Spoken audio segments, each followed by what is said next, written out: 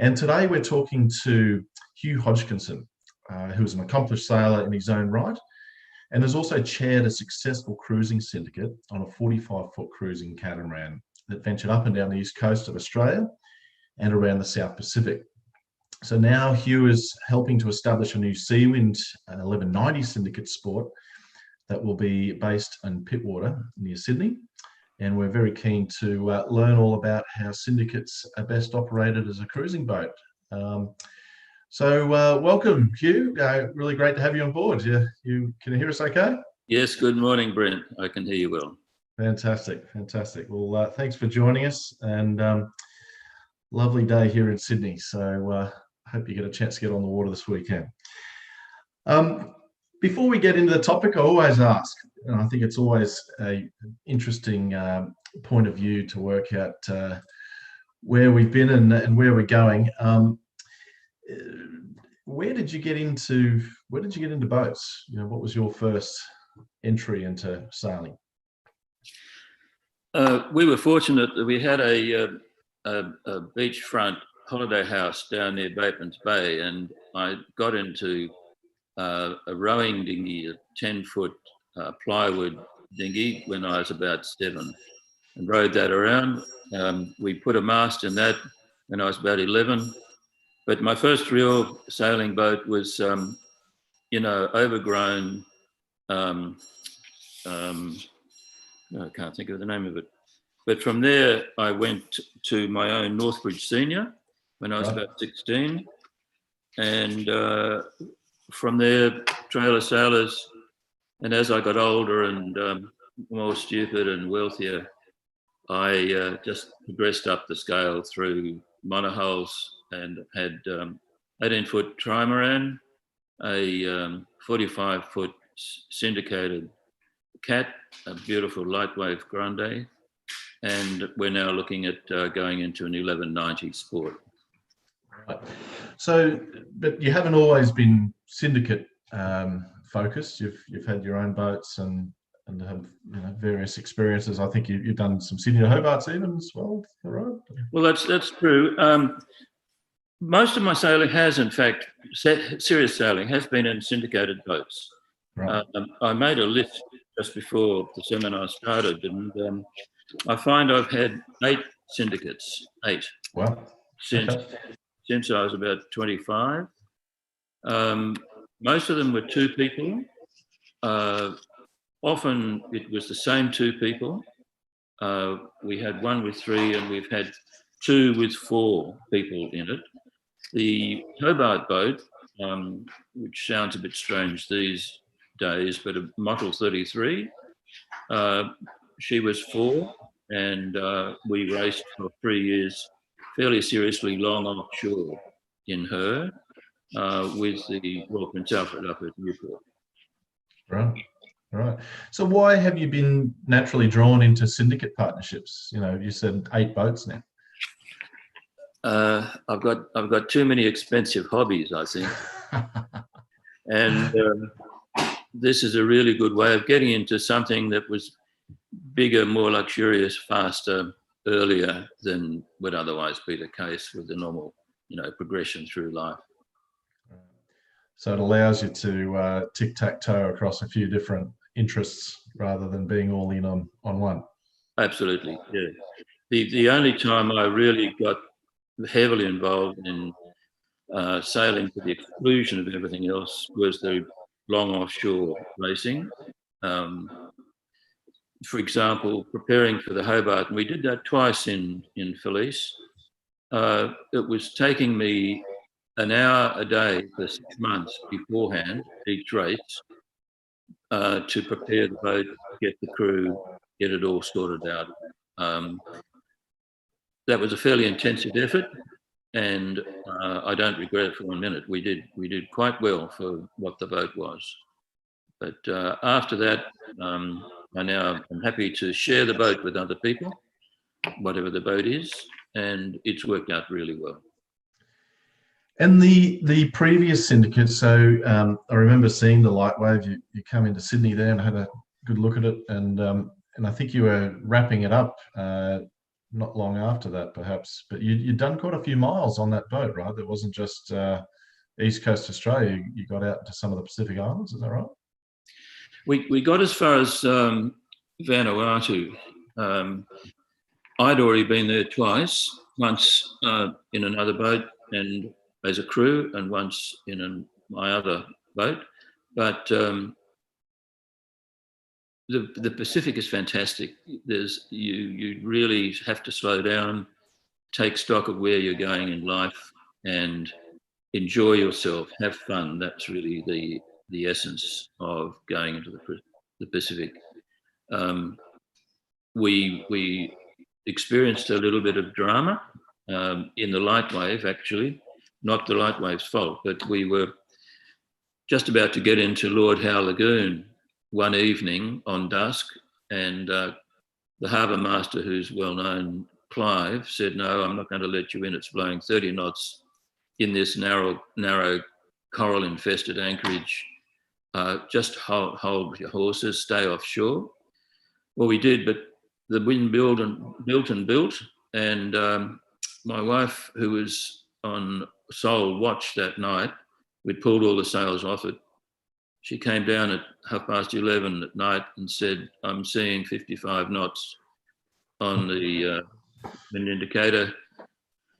I went up and it's interesting actually, we managed to put that boat into a hove to situation by running the leeward engine at half a head, or not even that, about 1200 revs, and set the Raymarine sailing instrument to have the wind 15 degrees on the port bow. So the boat was being blown off the wind. The rudders were hard over, trying to keep the boat up, and the propeller was keeping it there, and it was stable. It stayed there for 5 hours during that. Wow. So this is hove to with bare poles? Bare poles. Yeah, right. Wow. And everything strapped down. It was quite hairy, actually, that we lost the dinghy. The dinghy got swept away. Oh, you're kidding. Wow. Yeah. It seems like a common theme. I'm getting off subject here a little bit, but the hove to position on some of these cruising cats seems to be quite a common theme in strong winds, in ugly conditions from a few people I've interviewed. So I know the Seawinds hold a hove to position very well, and it seems to be the easiest thing to go to when it all hits the fan. Well, I hope I don't have to go there again. I can tell you, whether it be on a Seawind. I went off watch at about 4 and went down to the cabin where Lee, my wife, was trying to sleep, and she used the S word, which was, "Are we going to survive?" Oh dear. Really not too bad. But you clearly did. Yeah. And I did hear her in the background there before too, so she survived too, which is you're here to tell the tale. And without spending too much time on it, Lord Howe, you did eventually get in, I take it? Yeah, we went in the next morning. We had to do a little bit of repair to our rigging. We only stayed that day and then left in the evening and went on to New Caledonia. Right. That was a syndicate expedition. We had 3 of the males and 2 wives with us, of a 4 couple syndicate with us, and they all kept sailing with me, which I think says.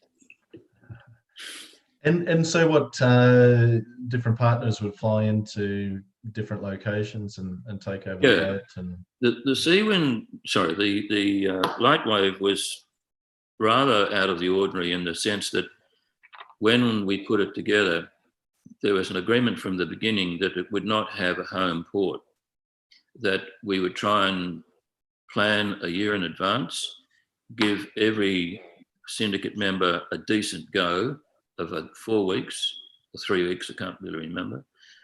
And by arrangement, a year in advance, we would know where the boat would roughly end up, and the next couple would fly in, the couple would get off, the first couple would get off, and the boat would go on. Now, that was tough on the boat because it was used pretty well 50 weeks a year. And the maintenance costs, in fact, ended up reflecting that. But it did work. No one wanted to change it. And we saw an awful lot of not only the Pacific, but right up to Bly's Passage, north of Cooktown.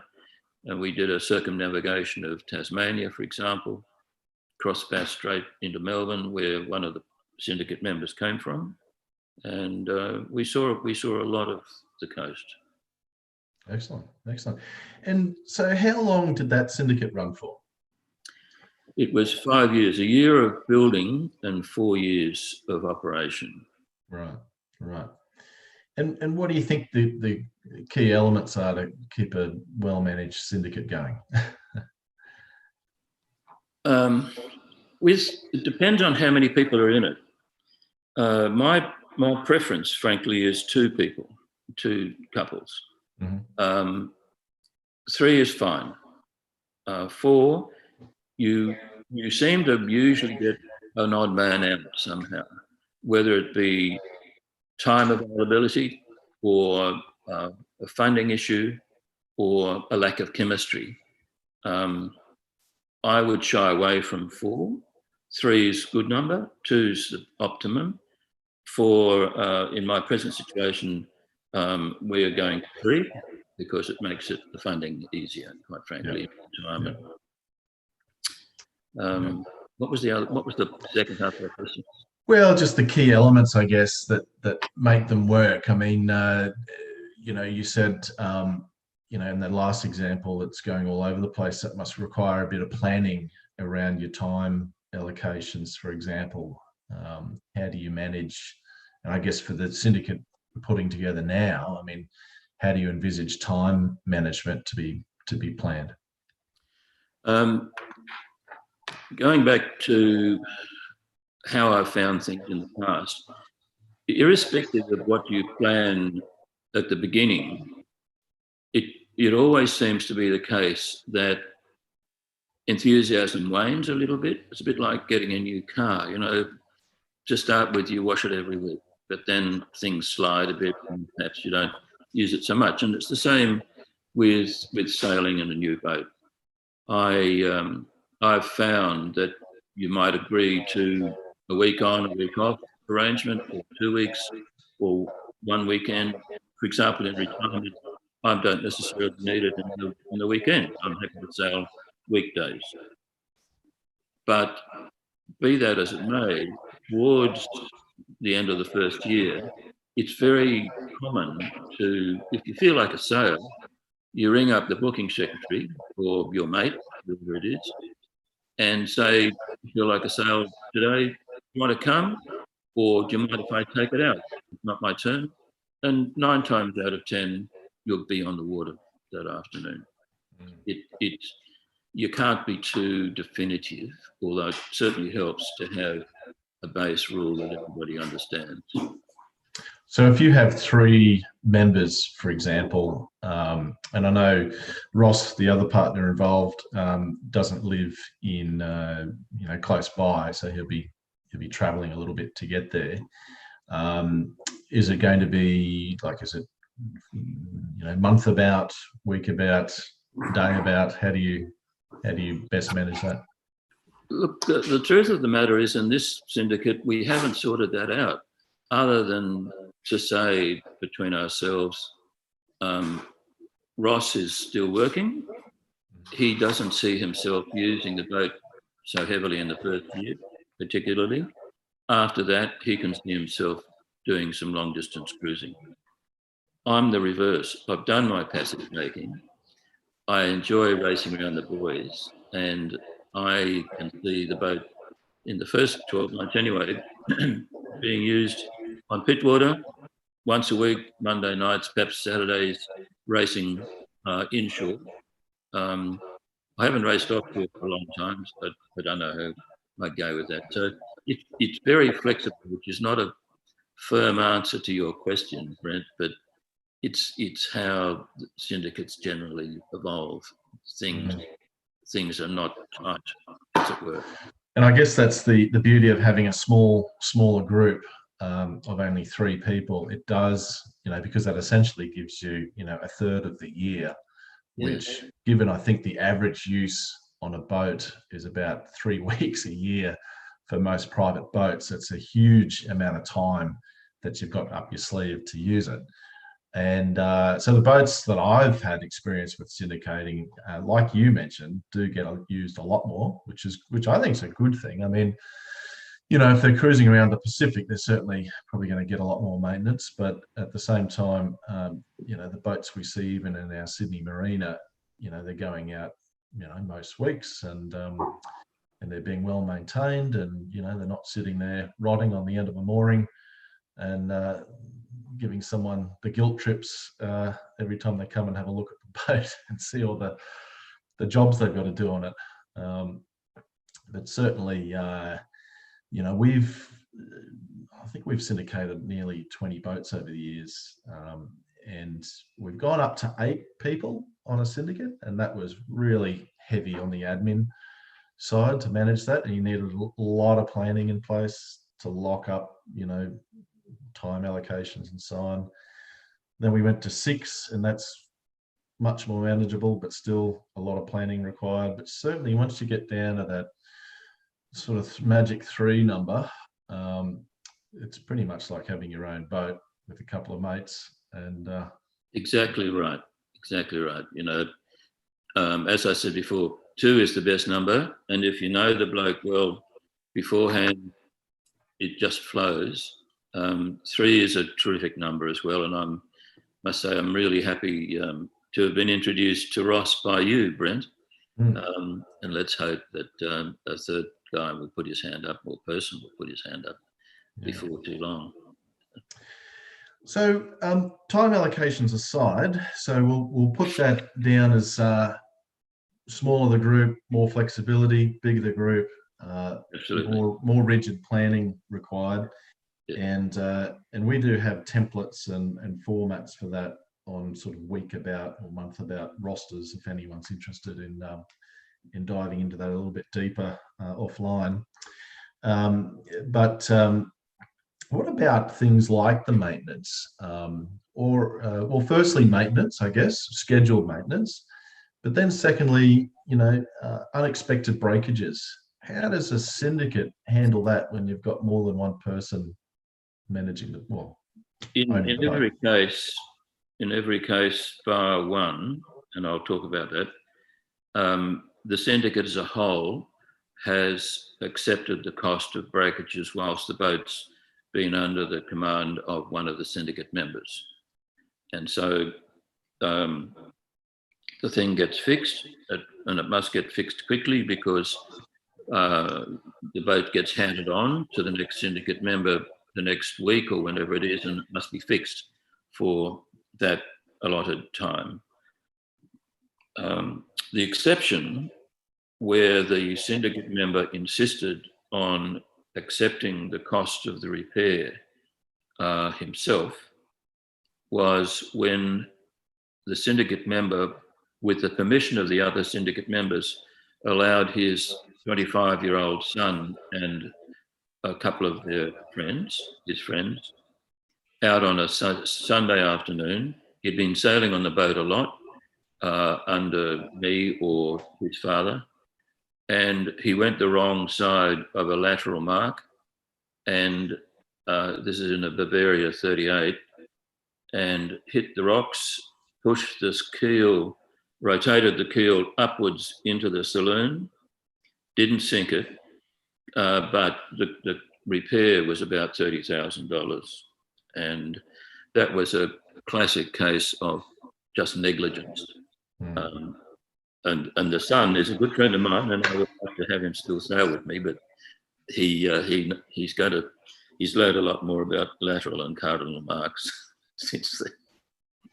But basically, the syndicate as a whole picks up all the wear and tear costs. Wear and tear costs, yeah.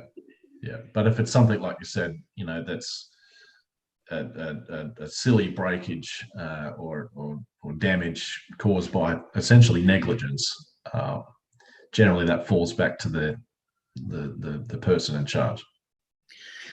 Yes, generally, that's right.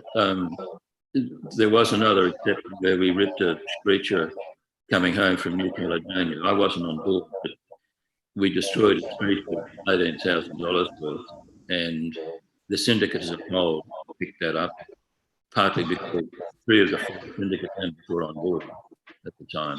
But that's the general rule. Yeah, and I think what you're highlighting here is the reality of boating. Yes. The reality of cruising boats, reality of race boats.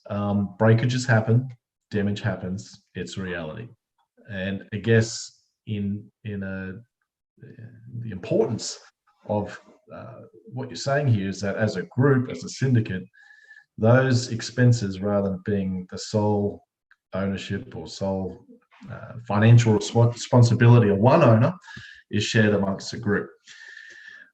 As does the cost of the boat. So you can see, people at home getting nervous, going, "Oh, there's all these things that break because it's a syndicate." Well, no, boats break regardless, and as a group, you can share those costs. That introduces something else, Brent, which is the best way to learn how not to break something and how to do the best and relax is to get out on the water, get out there and sail it and learn how to reef and learn the signs when you should reef, learn what navigation's all about, learn to read your chart plotter, etc., etc. Just be on the water. So I really encourage syndicate, my fellow syndicate members to use the boat. Could only be good for the boat, could only be good for them. And it leads to a much more comfortable and relaxed time on board for their wives as well, which is a big feature, actually. There's nothing worse than having a wife who gets nervous or even scared whilst out on her husband's boat. Yeah. And I guess there's an element there of sailing together occasionally if Sure. someone is inexperienced or a bit uncomfortable at first, jumping on a boat with someone like yourself or other more experienced people in the group. I mean, that's usually welcomed from the ones that I've certainly been involved in, and you learn together, or at least learn from more experienced members. The nuts and bolts of costs, though, and I didn't get to this before, but with 3 or more, you really need a bit of a committee with people allocated responsibilities. A chairman, a secretary and a treasurer and a booking secretary at least. Often those jobs are doubled up. But someone who is recognised by every member of the syndicate as being the person to go to in a certain situation, and the person who is expected to produce whatever's required, whether it be repaying the syndicate member for the cost of the repair. On that, if you do have a broken halyard, you don't want to go to the top of the mast yourself, you get a rigger to do it. The syndicate member pays the rigger there and then and sends the bill to, in our case, sends the bill to the treasurer, who reimburses the syndicate member. The treasurer, in my experience, should not be expected, or rather the tradie should not have to wait for the treasurer to get the bill to be paid. The rigger should be paid straight away. Yeah. Unless it's something significant, which might be. Obviously that'll lead to a certain amount of discussion. No doubt. But that's a really interesting point, though. So the chairman sort of oversees things, the secretary and treasurer, and then a booking manager you mentioned. So they help coordinate when people want to be allocating some of their time on the boat, and making sure there's a calendar, no doubt. Probably an online Google calendar of that, something of that nature, that people can share and see the time allocations and when they might be able to jump on the boat. Now, obviously, the more numbers involved, the more regimented that becomes again. And we've got a system in place where up to 6 people, we have a essentially a calculator that works out time allocations per person. But for a 3-way, again, it's pretty straightforward, and a lot more flexibility with getting on the boat, no doubt. Just wanted to actually add a little point. You mentioned there a son or something in a previous syndicate that had a misfortunate collision or something, or grounding, I think you mentioned. I mean, that is not usually allowed, I take it. I mean, that's not something you'd expect to see in a syndicate going forward, is it? Or I don't have a problem with close relatives like that, the son, and I've got one as well, who has raced with you, sailed with you, done passages with you on the boat, knows the boat, taking the boat out by himself. The syndicate member in question has to take responsibility for the any damage or anything like that. But I personally don't have a huge problem with it, provided it's not abused. Once a year is the sort of frequency I might. Sure. Yeah, and we've actually previously negotiated insurance policies where the one party of a syndicate is negligent, then and severely negligent in terms of riding the boat off, that it doesn't necessarily impact the other owners in the group, because if it's gross negligence, such as they get intoxicated and run the boat and writes it off and means that the insurance is null and void. Well, the policies that we've had in place will still pay out the other owners, because they haven't been negligent or gross negligent. Good point. So there are those options available, which is something we usually have taken up on the syndicates we put in place too, which I think is just worth mentioning on there. The yearly maintenance, I mean, that's just something that's scheduled like any other boat. You're slipping and anti-fouling and some time put aside. End of winter, typically, getting ready for the next season. Yeah, sure. Cats are a little bit different in that they're not quite so easy to slip, in the sense that you've got to search around somewhere to slip them. But regular anti-foul, engine service. Incidentally, the engine servicing, particularly for inboards, is really short. The time frame for it is 150 hours in the case of Yanmars. And that is so short. So you've really got to watch that, changing the oil. The 1190 will have outboards, and I think the servicing interval is a lot longer for the outboards, particularly as we're having freshwater flush systems installed to drain freshwater through the motor from the road zone supply. Yeah. And just on I guess regular maintenance, well, common question that always comes up is cleaning the boat and transitioning from one owner to the next. So how do you approach that how do you see that happening in the upcoming one? Well, in the perfect world, when you step onto the boat at the beginning of your usage allocated time, it's pristine, ready to be sold, as it were, clean as a whistle. But of course, that doesn't happen because the previous guys perhaps forgot a storm bit of wet weather gear in a locker, or it's never absolutely perfect, and I don't think it's reasonable to expect it to be perfect. I have been in a syndicate where one bloke had a fetish about being clean, and woe betide anybody who didn't leave the boat to his standard as he when he was getting on. So I think you can't really expect anything more than to have the boat left for you in a standard that you would leave for other people. You know, do unto others what you expect them to do. Yeah. That's a reasonable way of approaching it. One person I know got quite uptight about fuel, for example, fuel consumption. Now, it depends on how the boat's being used, but if you're racing, you don't use much fuel, and it's a waste of time going into the fuel dock at the end of each race to top up with 15 litres of fuel.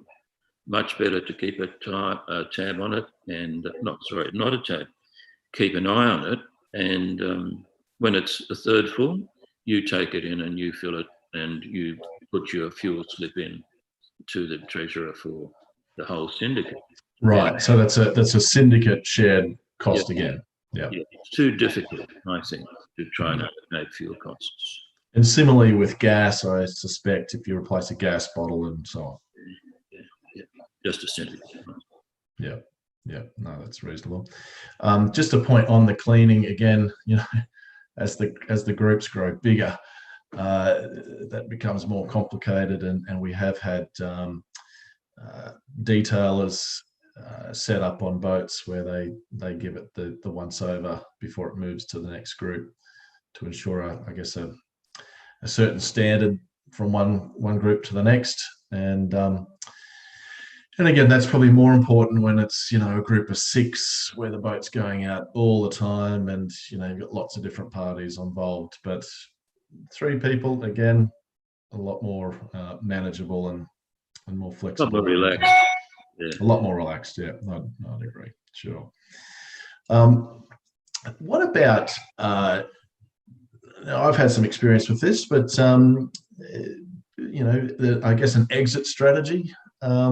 When the syndicate comes to a completion, do you see this being wrapped up in 5 years or longer, shorter? The 1190? Yeah. I've told Ross that I probably will not be in longer than 3 years. Right. Now, he's younger than I am, and he's, I'm sure, looking at longer periods, 5 years, something like that. The 3 years is not definite. We don't know yet. I would like to stay as long as I feel I can sail the boat. But, I'm going to be 80 shortly, and it's some of the joints are aching a bit at the moment. So far as getting in and out of the boat, the syndicate is concerned, I should have mentioned it before. The way most of the syndicates I've been conceived is that a boat comes along and a syndicate is formed around the boat. So the boat comes first. The syndicate is formed. It should have an agreement. It can be sketchy or it can be a 10-page legal document. It seems to me that complexity does not necessarily mean it's easier to abide by or it's more certain. The most important thing is respect for your co-syndicate owners and to have them do to you what you would do to them. Once you've got a partnership agreement together, then you've got a syndicate who can buy the boat. So usually, in my experience, the syndicate comes first and then with the boat in mind. And the two are only perhaps a month apart. There's a point I was going to make about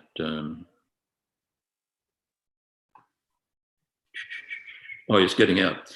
The partnership agreement will have provisions in it as to the mechanism for getting out. And usually it provides that once a syndicate member decides that he wishes to leave the syndicate for whatever reason, he advises his co-syndicate members, who are given a reasonable period of time, up to say 60 or 90 days, to buy him out.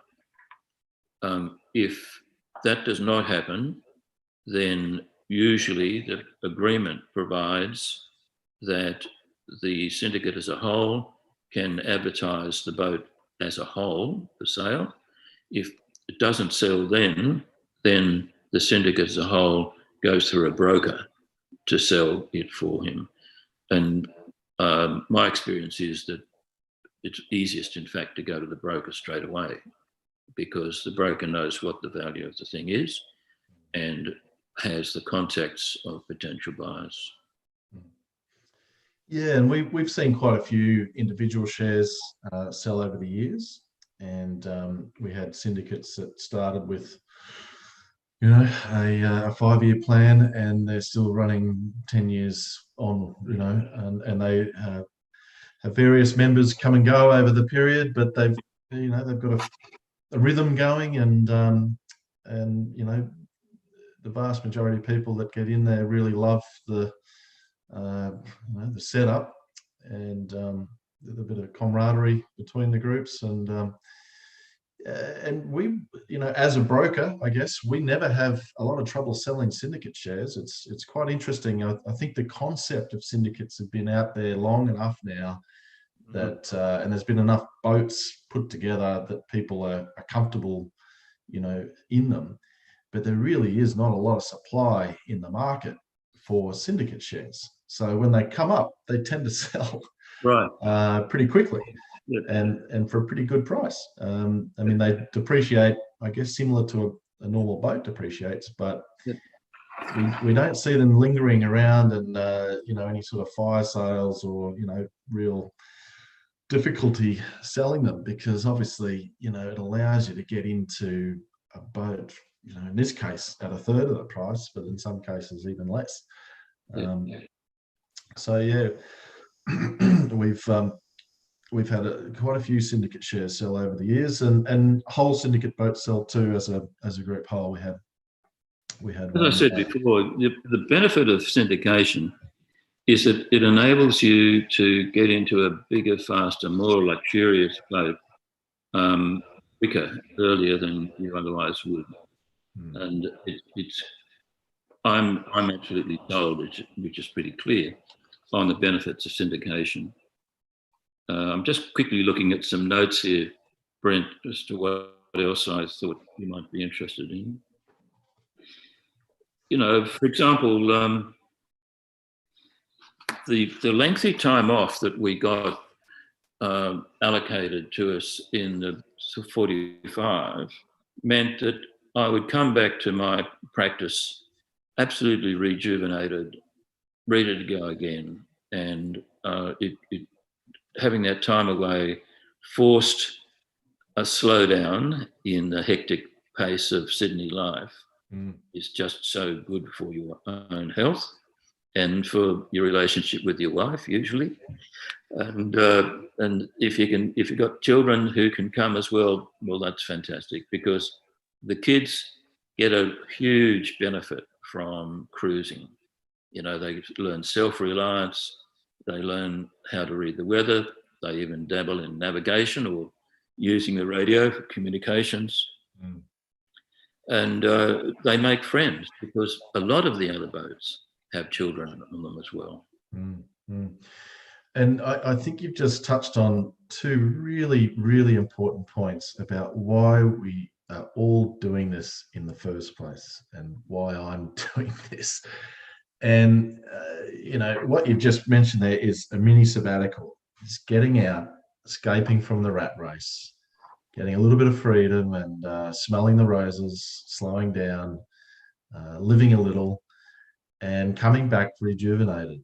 And that is the essence of what we talk about as this concept of a sabbatical. You know, a sabbatical is to just get out and freshen up and live life a little. Absolutely. You know, and I think it's probably more important than ever, given, you know, the grind that we're all going through largely at the moment.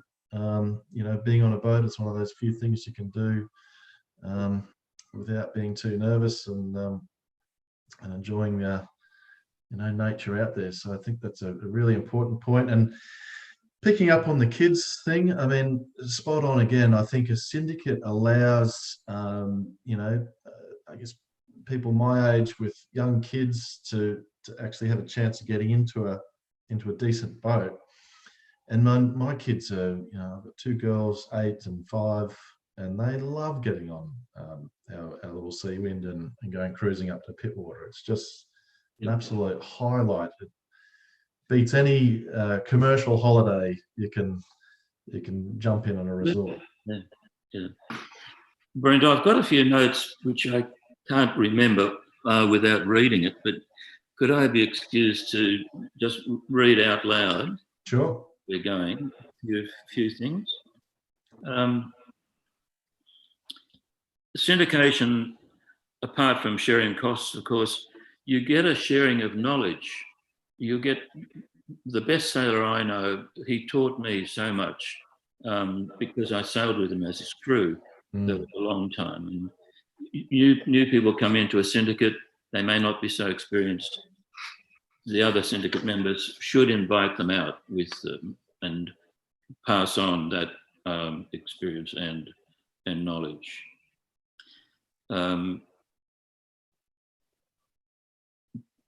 It's important within a syndicate that there be a chemistry between the syndicate members. That may not happen straight away. And indeed, it's not like a rowing crew, for example, where every member must be expected to pull his weight from the word go. A sailing syndicate is different. It is usually a mix of people with different experiences, but being in a syndicate and sailing together, there's a dissemination of knowledge, how to pull a cat off a dock with the wind coming onto the dock, for example. There's a way to do it and there's a way to stuff it up. So that's a really big plus about syndication. You don't need to know everybody before you start. It's preferable, but the ability to sail together as a crew is really worthwhile, particularly if you do a little bit of, say, inshore racing around the buoys. Everybody understands what the boat can do, what happens if you stuff it up, and it develops a camaraderie within not only the guys involved as a crew, but because they're a syndicate, it's a fairly deep situation.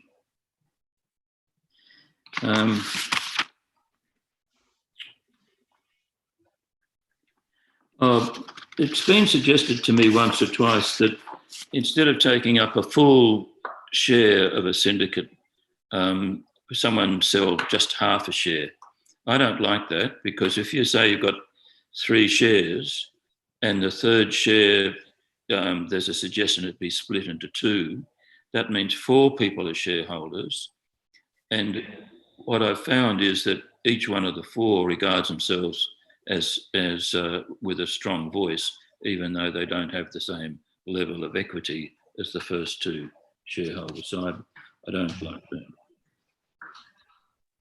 that.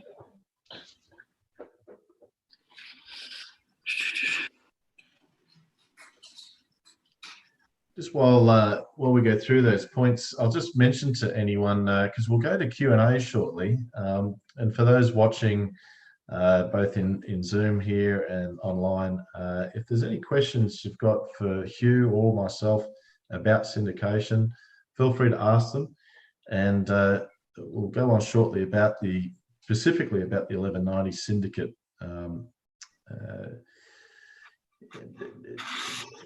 What you got there, Hugh? All right.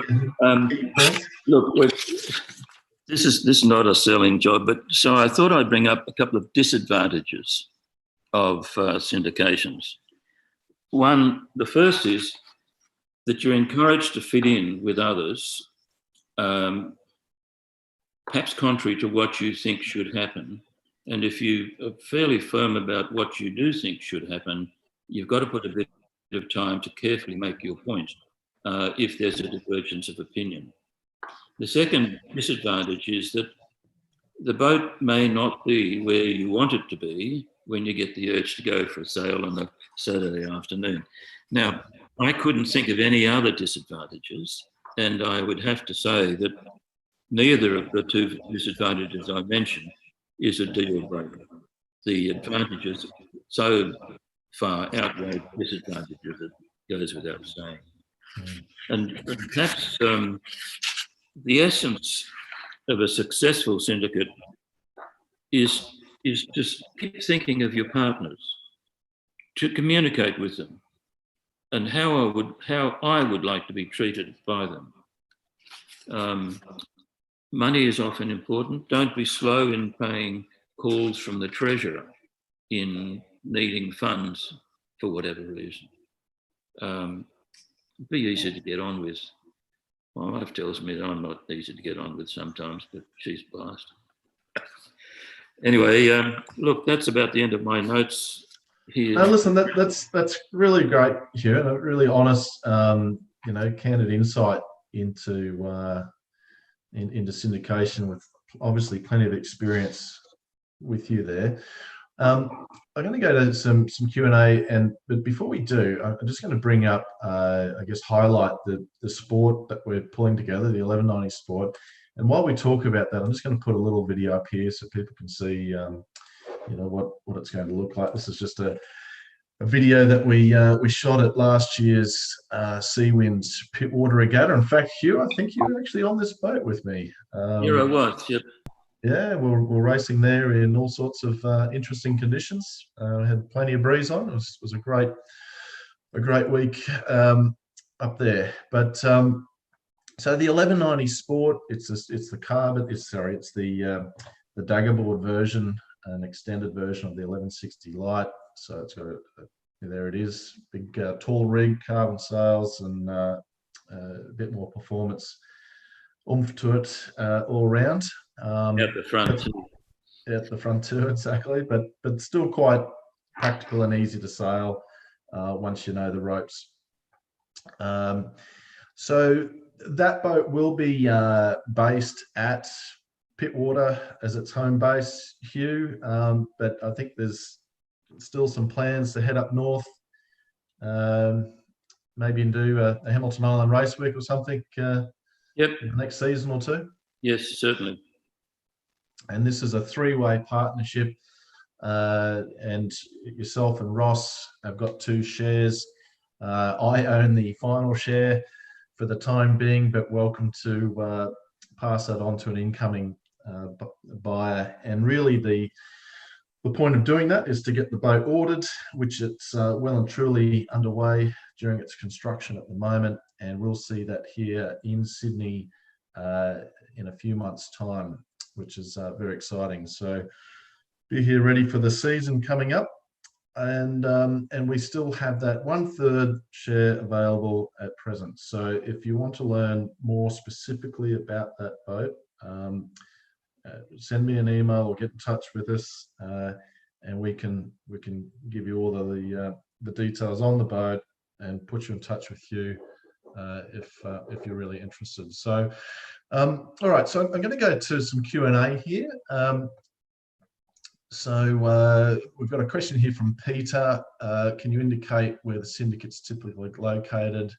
And yeah, as we mentioned, this 1190 Sport will be located on Pittwater, just north of Sydney. Other syndicates that we've got out in operation, Sydney Harbour, Brisbane, Gold Coast, Whitsundays. There is a bit of interest already in a 1370 syndicate. I've got 2 1/3 partners pretty close to going on a new boat. However, it won't be around for a few years to come yet. They sold 33 boats in the last 2 weeks, which is extraordinary. But they are expecting production to be increased substantially and we've got some production slots still held for earlier slots. So if that's of interest, let us know. But that will probably be up in Queensland if it, or it'll be a roving syndicate, maybe up and down the coast and out to the Pacific Islands. So that's very much a cruising syndicate and probably three-way partnership on that boat. So if that's of interest, also get in touch. Another question here from Peter. Can you explain whether depreciation is factored into the purchase price or running costs?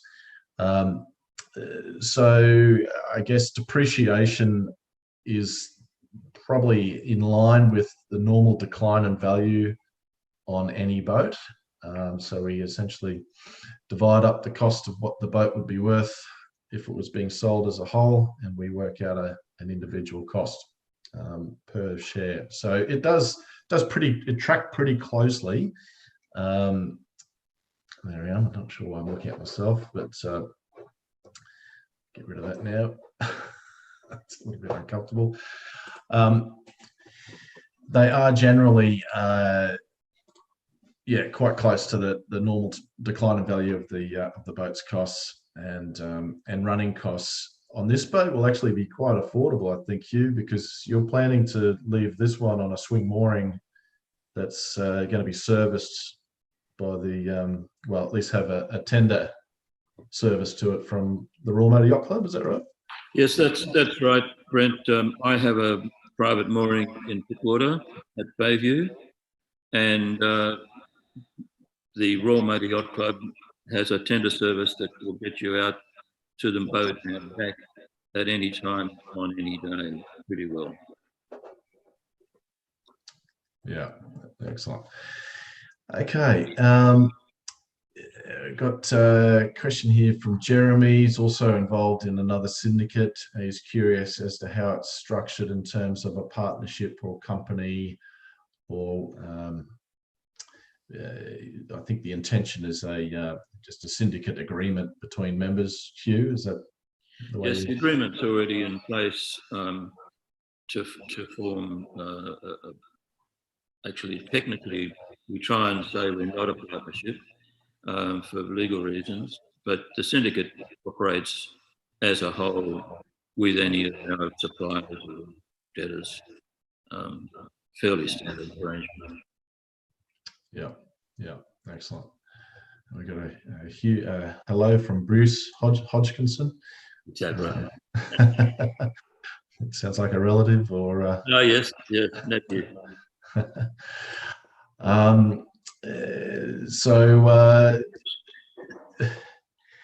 So unless there's any other questions, we'll probably wrap it up there. I'm quietly excited about this boat showing up one way or the other, and I do hope someone takes it off my hands, but at the same time, I wouldn't mind having a 1/3 share on a 1190 Sport on Pittwater myself. It's such a great boat for what you're planning to do up there, Hugh, for a bit of social racing, a bit of cruising, and send it up the Queensland coast and do the race weeks. I think it'd be such a great package. We don't want to lose you, Brent, and if we're going to win the next race, we need you on board for your techniques and expertise. Oh, I don't know about that. I think you got plenty of expertise there. You showed me a thing or two, but it's great boat for that part of the world, and I think you really take full advantage of its performance aspects with the racing community up there. We really don't have. We've got a growing fleet down south, but they've got a really good fleet of multi-hulls racing regularly. I think on Saturdays and Monday twilights, isn't it? That's it. Yeah. So certainly anyone who lives, in the northern beaches. I mean, I've got to stress, this is actually really difficult to get syndicates together because it's a little bit like herding cats. And we were fortunate that Hugh and Ross came together at a similar time, and we just made it happen. And I think it'll be a great group to be part of. And we probably won't see another syndicate realistically on the water for some time to come, just because they're a little bit tricky to put together. So if it sounds of interest to you and you want to take advantage of it, don't muck around. It'll be here soon, and it'll be a great experience. Hugh, before we leave, you know, when this whole Corona thing, well, hopefully when you get the boat, what's any more plans on the bucket list? Maybe a trip up to Hamilton Island. Sounds like it's on the cards. One thing at a time, I think. Let's get the boat first. Use it on Pittwater this summer. Ross is going to come up, I think, a lot over summer, and then we'll play it by ear. Yeah, fantastic.